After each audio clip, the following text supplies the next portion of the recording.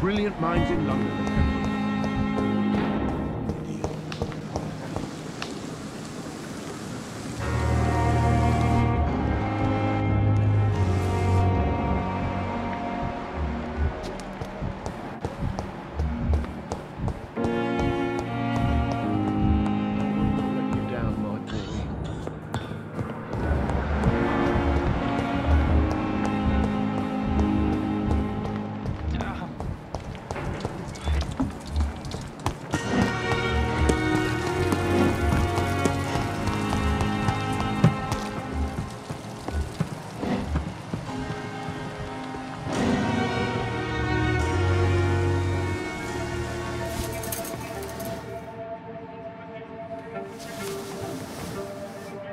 How can I be sure I'll not find your unconscious body in the house again? I promise you, you'll not find my unconscious body. For God's sake, how can you say such a thing? How can you refuse to listen? I tried to warn you for so long. No, I won't let my only son die. You promised me you'll stay alive. Your son lied to you, like the whole world lies to us.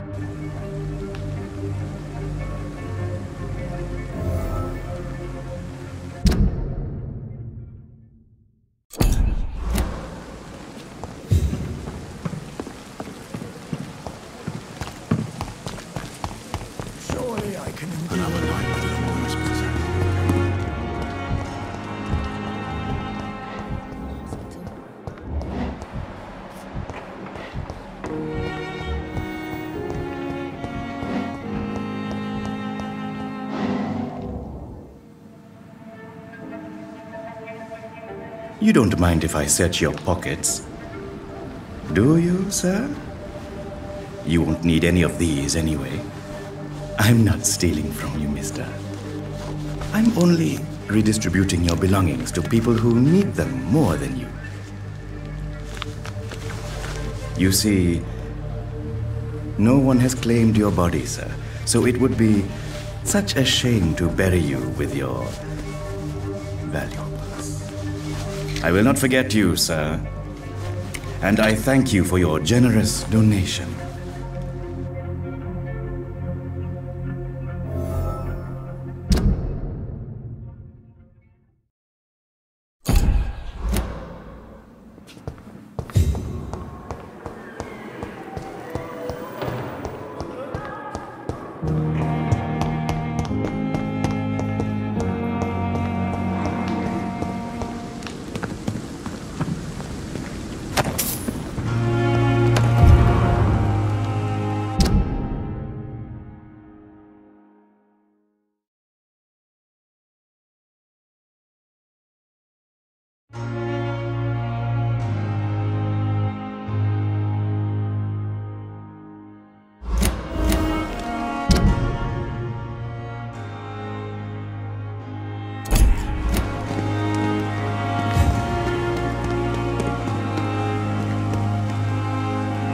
Good evening, Doctor. How dare you steal from the dead, Rakesh? Is that what your pawnbrokers is really about? These people are dead, sir. What they possessed could be useful for the living, and I'm sure they would agree if they could speak. You should show respect for the dead. What about their loved ones who may treasure these items you sell? The bodies I watch over are the unwanted and undesired, sir. I would never deprive anyone of their family artifacts.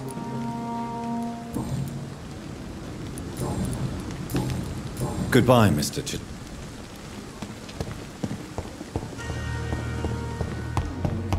To calm the children, Ellen. That's for me. Circumstances, I'm willing to give you the benefit of the doubt. Good evening, Mr. I'm okay. Your medical report says you're not affected by the Spanish flu. What do you think of that, Mortimer? Does it make me happy? Not in the slightest. If it was up to me, I would have left this place long ago. I know I don't belong here. And why do you think you don't belong here? I know the staff have more important things to do than look after me. There's plenty of patients here who need their attention. Why Why did your mother have you hospitalized here? She seems convinced this is a bad hospital. My mother just wants the best for me. She won't rest while I'm here. She'd go all the way to hell and back to help me. Pembroke Hospital may look unorthodox, but rest assured you're in good hands here. It's not me you have to convince, Dr. Reed. It's my mother. Is your mother bothering you? As your doctor, I can ask her to leave you alone if you would prefer. That's tempting, Doctor. But you have no idea what my mother is capable of. She would tie herself to my bed if you asked her to leave.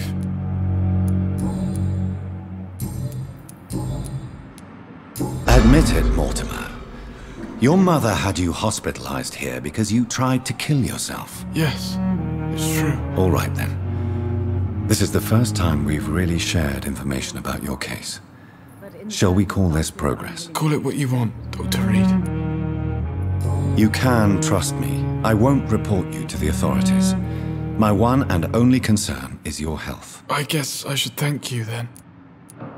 Can I help you in any way, Mr. Goswick? I wrote a letter for my mother.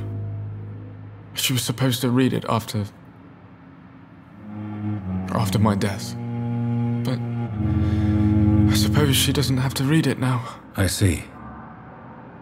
And is this letter still near the place where you tried to take your own life? Yes. And I don't want anyone reading my last words. I mean, I'm still here. If you bring me back that letter, then perhaps we'll talk.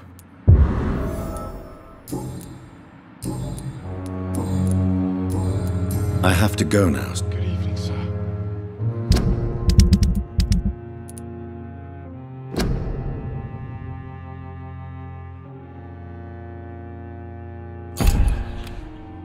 Doctor. Sweet girl. So many deaths. Reads me like a book. Time has lost its effect on me, but the suffering continues. Here again. A giant morgue disguised as a hospital. That's Good evening, Nurse. Good evening, Doc. Milton cheats patients out of their money at this hospital, Pippa. Are you his accomplice? Yes, I am. Is this your definition of being useful? By abusing the sick and poor? No. It is my definition of getting out of this useless life once and for all. Why do you do it? Why not? Most of the sick who paid for a bed are already dead, or will be soon. Don't you see the futility of all this? How can you be affected by the misery around you, and be so heartless at the same time? Which is the real you, Nurse Hawkins? I could ask you the same question, Dr. Reed.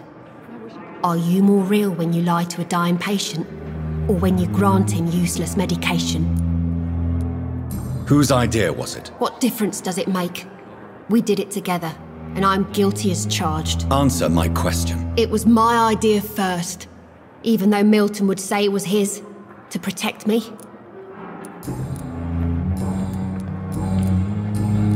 Goodbye, Nurse. Damn. The pain. It's here again. Time has lost its effect on me, but the suffering continues. Another night with the glorious battalion. Good evening. Good evening. Tell me why you're extorting money from some of the patients here. If a patient wants a bed, he'll have to pay me a little fee. That's all. Where did you get the idea for such an immoral scam? Funny you should ask. The first time it was from a patient who bribed me to get a bed. It's only then I realized I could make a fortune. Admit it. Nurse Hawkins is more than your lover. She's also your partner in crime. Of course she is. How else could I tell which bed is free? I need to know that. Have you no shame? Don't you see this city is crumbling down? Today people are ready to pay to get a hospital bed. Tomorrow we may be fighting for food. Goodbye.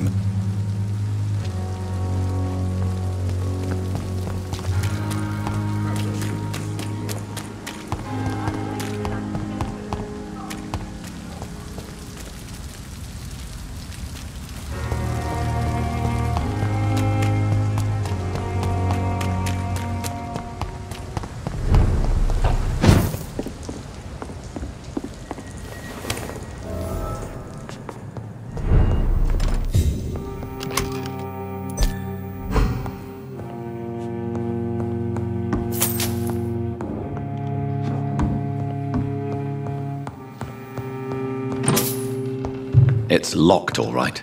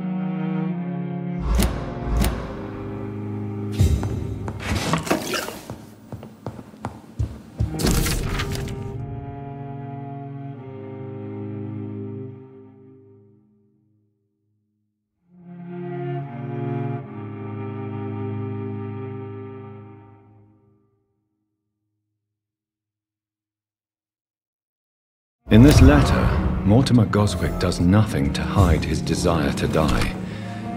I could give it to his mother, but doing so would betray his trust.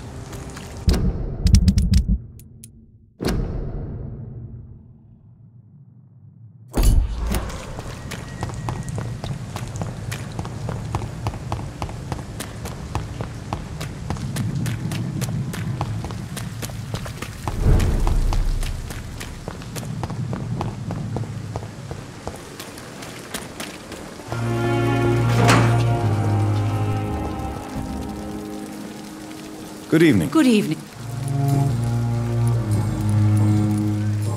Goodbye, nurse.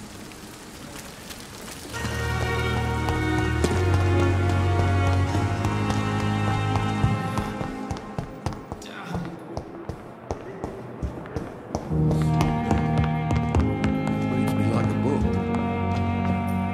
Good evening, Mr. Goswick. I'm okay.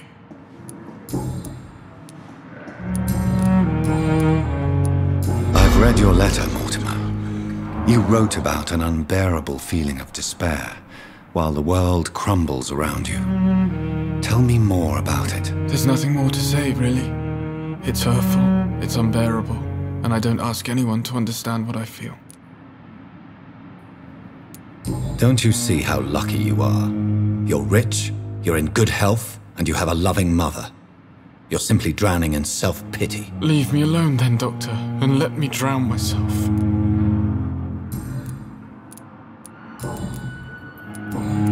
I have retrieved your letter, Mr. Goswick. I can assure you that nobody read it but me. Thank you. This is for you, then. For your help. And for your silence. I think you should talk to your mother. It would be good for both of you. Thank you, Dr. Reed. I'll think about it. Now please, let me be. How painful. So painful.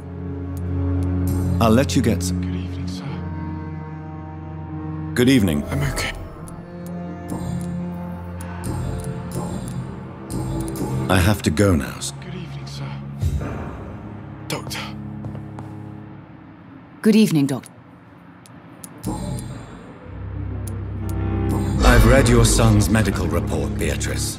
It's not the flu or anything life-threatening. What has you so worried? He was at death's door when he was brought here. I just want him to be better as soon as possible. He's not out of the woods yet, you know. He might need to stay here longer than expected. Take care of him then, Dr. Reed. People here only seem to focus on contagious patients. I worry my poor Mortimer will be neglected. Your son wished to die, Beatrice. Why did you hide such crucial information? Are you not aware suicide is a crime? Mortimer could be thrown in jail. I can't let that happen. I won't. I understand you fear the legal consequences, Mrs. Goswick. But don't you realize your silence significantly affects your son's case? All my son needs is help and comprehension. not judgment and punishment for what he may or may not have done. Mortimer is extremely vague as to his motivations for committing suicide. Tell me more about what you know. As you say, Mortimer had no reason to die. All he said to me was that he wanted to make the world a better place, but couldn't. Why did your son feel so useless when facing the world? I think it was more that he could only see the melancholy facets of life. He couldn't help but dwell on such things. What do you think he meant by making the world a better place? Mortimer has always been a sensitive soul.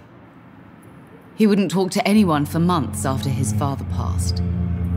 It's like he carries everyone's sadness with him. I have read your son's suicide note. It was not an impulsive gesture, nor was it his first attempt. He threatened to kill himself a few times before. But I never thought he would dare to punish me this much. Punish you? Why? I've known for a long time he was not happy with his life. But I always hoped he cared enough to avoid making me suffer like this. You realize your son could try to kill himself again? He might succeed next time. I think about it every minute. But I won't stop fighting for my son's future. That's how much I love him.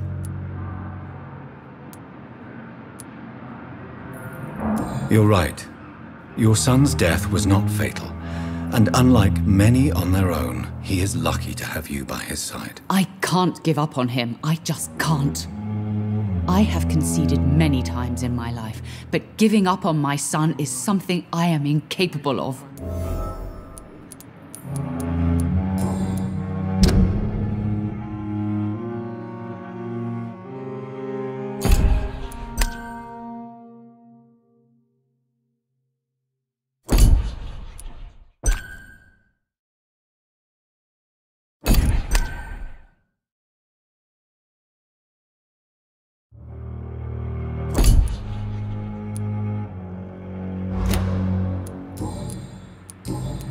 Goodbye, Mrs. You always need the words to calm the children, Ellen. As for me... Come now, we can handle this.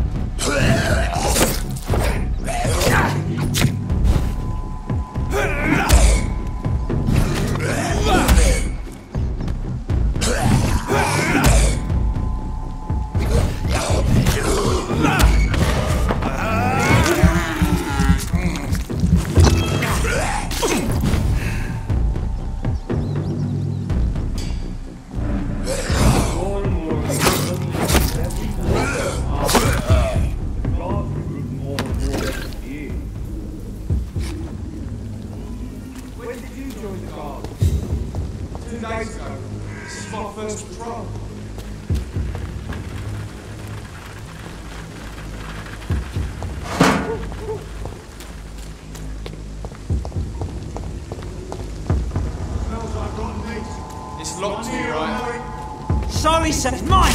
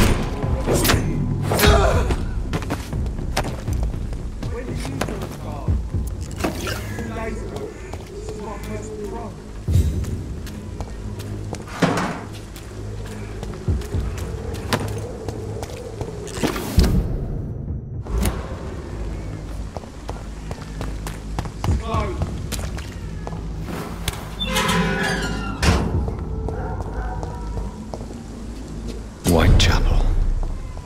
This neighborhood is linked somehow to the kind Lady Ashbury's blackmail.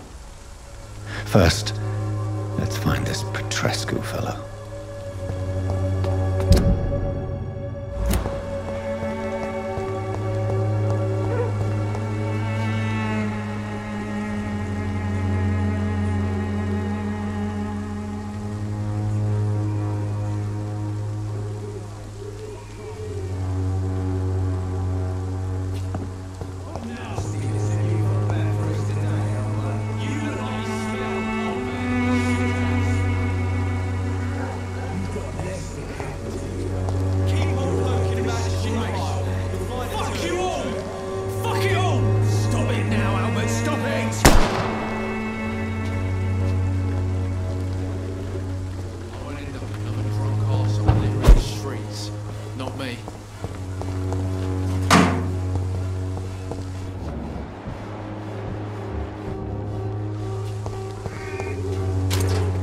Are you all right? The bastard hit the wall next to me.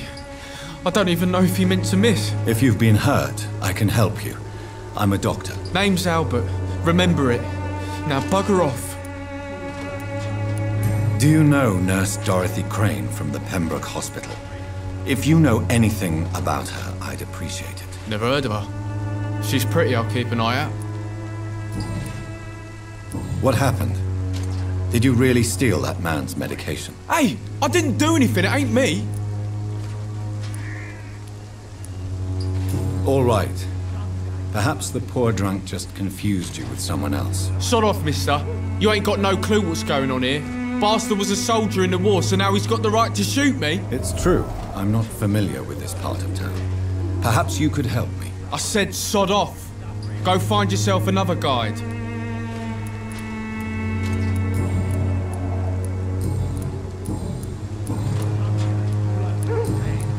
Goodbye, young man. Your wet boots will be proud of me.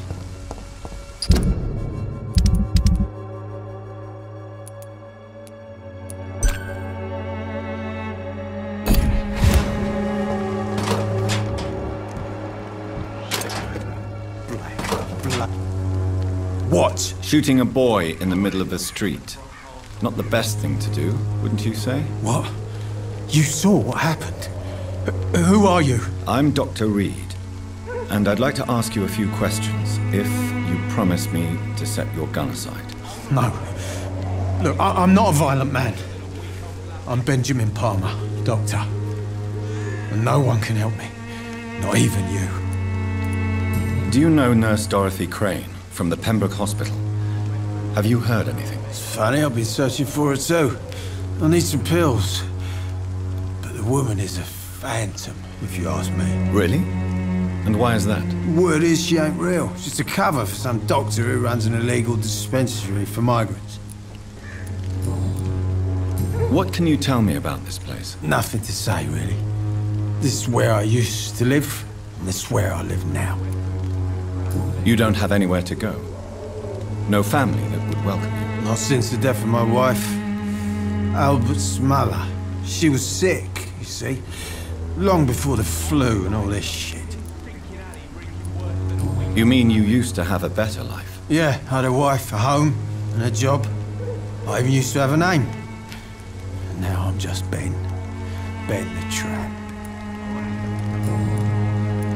Perhaps you could focus for a moment and tell me your troubles. I'm sick, broke, and my son just stole my pills. Everything's coming up roses.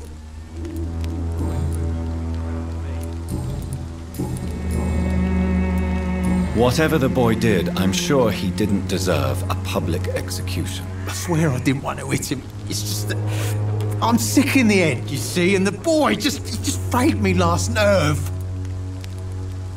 What is it, Benjamin? It was the war, wasn't it?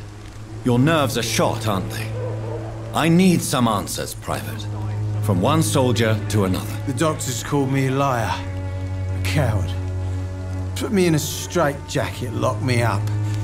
Finally, they sent me back to the front lines with a handful of tablets.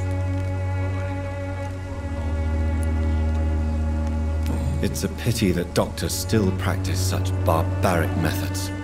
It's a dishonor to our profession. Now only the pills stop me thinking about this shit.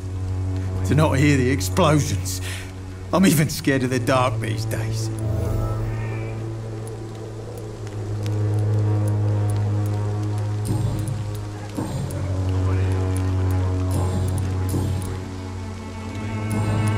A gun, alcohol, and a bad temper make a terrible cocktail, sir. Goodbye for now.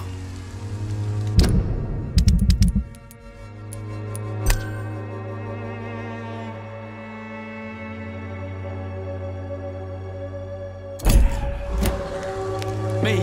I'll not die in some piss-stinking alley reeking worse than a week-old lavvy.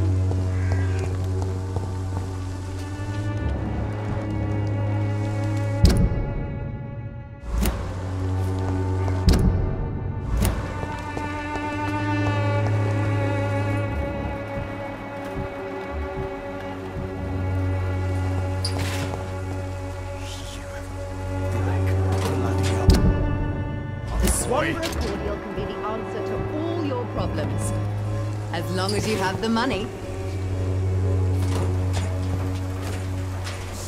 Good evening, miss. Good evening, sir. Are you interested in a miraculous cure for this unknown and deadly epidemic? Actually, I am. Then you have come to the right place. The famous Swanborough cordial is all you need to help keep you in perfect health. Oh, really? Why didn't I hear about it during my studies? I'm Jonathan Reed, by the way. Dr. Jonathan Reed. Ah, my brother has spoken of your research, sir. I'm Loretta Swanborough, and it's always a pleasure to meet a fellow healer. Do you know Nurse Dorothy Crane from the Pembroke Hospital? I'd like to know more about her. I don't like to talk about competition. Competition, you say? Never met her, but it seems she provides some sort of medical care to the poor. The whole thing has to be some sort of scam, if you ask me. Tell me, who intrigues you most in Whitechapel? The region itself is something to see, but I would say Camellia the mute florist who gives away her flowers. What do you think of the locals? Most of them are afraid or desperate. They all come to me eventually for my remedy. Is there anyone I should avoid? Cadogan Bates, without a doubt. The bloody bastard remorselessly exploits poor migrants as soon as they get here.